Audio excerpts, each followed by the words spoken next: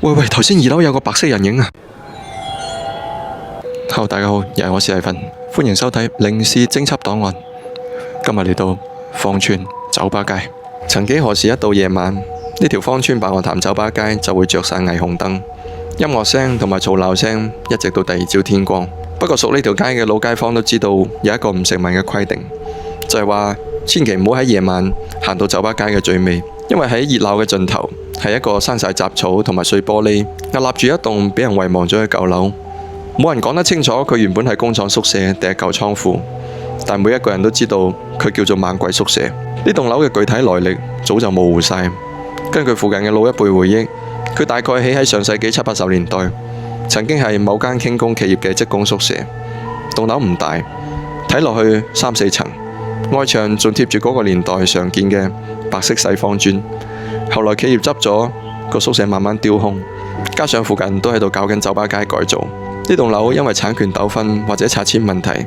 俾人哋徹底遺忘咗。佢個位置亦都好奇怪，啱啱卡喺酒吧街尾同一片居民區之間，一邊係紙醉金迷嘅現代夜生活，另一邊係靜英英冇人嘅雜草叢生。日頭睇落係殘舊啲，但一到咗夜晚，呢棟樓就好似一個黑色嘅磁石，吸晒周圍嘅光線同埋溫度。棟樓絕大部分嘅窗都剩低一個空蕩蕩嘅窗框，好似無數隻盲咗嘅眼，冷冷咁睇住每一個從酒吧街尾行過嘅人。關於呢棟樓，仲有一個傳說，就係話有一場發生喺好多年前嘅火災。傳得最犀利嘅就係話喺90年代中後期一個寒冷嘅夜晚，嗰棟樓當時住住好多唔少嘅外來工同埋做緊小生意嘅租客。成棟樓又俾人分成幾十個細房，走廊堆滿雜物，唯一嘅樓梯又窄又斜。火燭據講係因為有一間房違規使用電熱棒，半夜3更呢個火勢沿住樓梯往上蔓延，而樓道之間嘅鐵門又俾人鎖死晒。傳聞中呢場火燒死咗30幾個人，有啲嘢講得仲誇張，話死咗成100條人命，但冇任何嘅官方報道，淨係有人知道話嗰晚燒咗成晚嘅大火。據講清理現場嗰陣，3、4樓啲轉角位仲發現咗好多疊埋一齊嘅屍體，全部都係想衝落樓但又俾濃煙焗到暈嘅人。從此之後，嗰棟樓就開始荒廢，冇人敢拆，亦都冇人敢住入去。呢個門應該係入口嚟嘅，但係好明顯你又入唔到去。我再揾下有冇位置。傳聞喺2007年嘅夏天，一個流浪漢為咗避雨，鬼使神差咁捐咗入呢棟廢棄嘅樓。佢摸到3樓，跟住推開一扇門之後，見到嘅場景令到佢當場嘔咗出嚟，然之後跑走。當時喺佢面前有一張簡陋嘅木架床，上面攤住一副已經爛到見骨，得返啲皮膚嘅屍體。後來法醫判定呢個死者嘅死亡時間已經超過2個月。2個月入邊，樓下就係廣州最旺嘅酒吧街，晚晚夜夜笙歌，人來人往，但竟然冇人留意到呢棟廢棄嘅樓3樓房間裏邊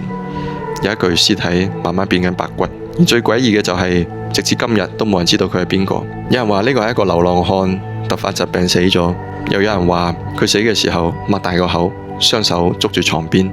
好似死之前見到啲好恐怖嘅嘢咁。而關於呢棟樓仲有好多靈異嘅都市傳說，最出名嘅一個就係話說喺08年有個廣州嘅本地探險小組，佢哋一行5個人深夜入咗棟樓，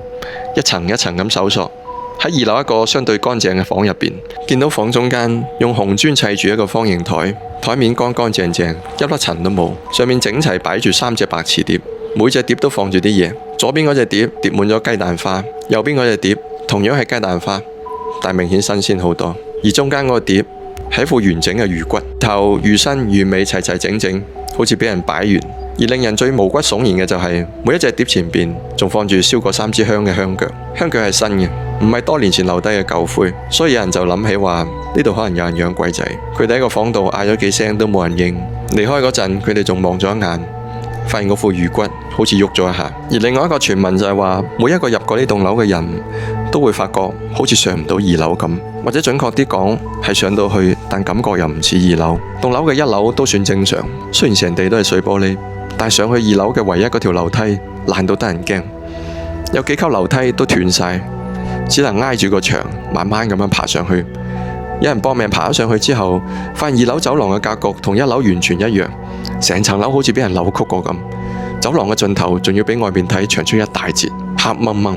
手電筒照過去完全都睇唔到個牆。而另外一個傳聞仲同一位好知名嘅歌手有關。話說喺05年左右，呢位歌手喺芳村一帶專門係拍專輯相關嘅素材，嗰時佢路過呢棟樓，出於好奇就攞起部相機對住棟樓拍咗幾張相。但返去睇相嘅時候，佢發現個畫面入邊出現咗好多唔規則嘅白色光點，密密麻麻咁樣分佈喺幾個房間嘅窗側邊。起初佢以為係反光，但係佢睇咗所有相都係會有呢啲咁嘅白點，而且最得人驚嘅就係佢放大呢啲白點睇下，隱約